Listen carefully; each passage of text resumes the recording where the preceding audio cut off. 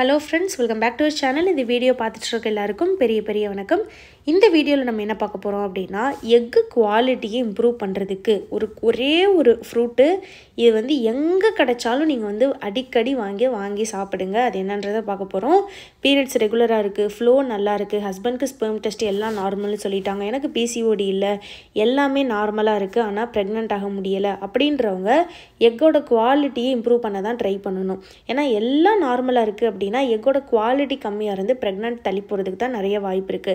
Follicular study, IUI இதெல்லாம் பண்ணும்போது எக்கோட size தான் நமக்கு ஸ்கேன்ல வந்து தெரியும். இத்தனை இருக்கு ரிலீஸ் ஆயிருக்குன்னு.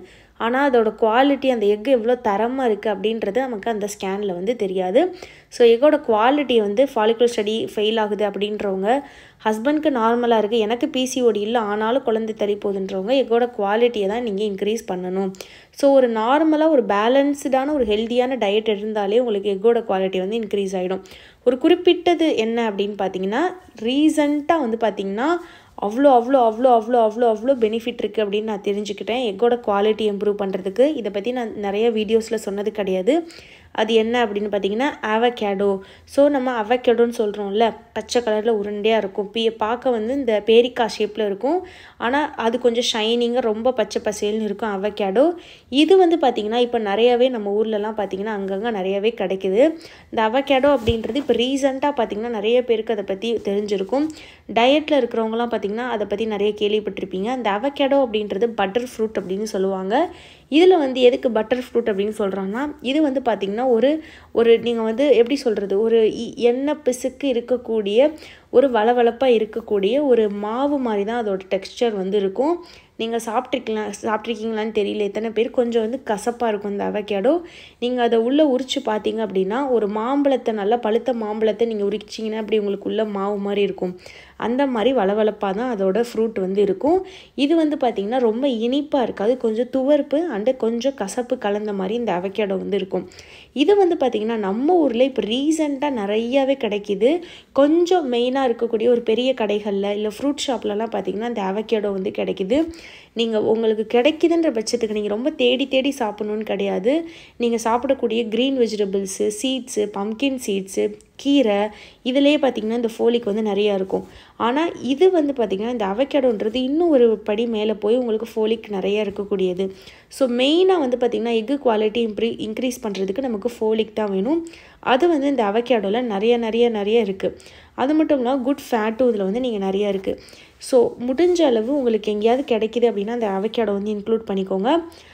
உங்கள் ஏரியாவில் பார்த்திங்கன்னா ஏதாவது பழக்கடையில் கண்டிப்பாக இருக்கும் அவகேடோ ஜூஸ், அந்த மாதிரிலாம் போட்டு தருவாங்க. அதை ஒரு வாரம் ஒரு தடவை இல்லை 2 தடவை நீங்கள் எடுத்துக்கோங்க.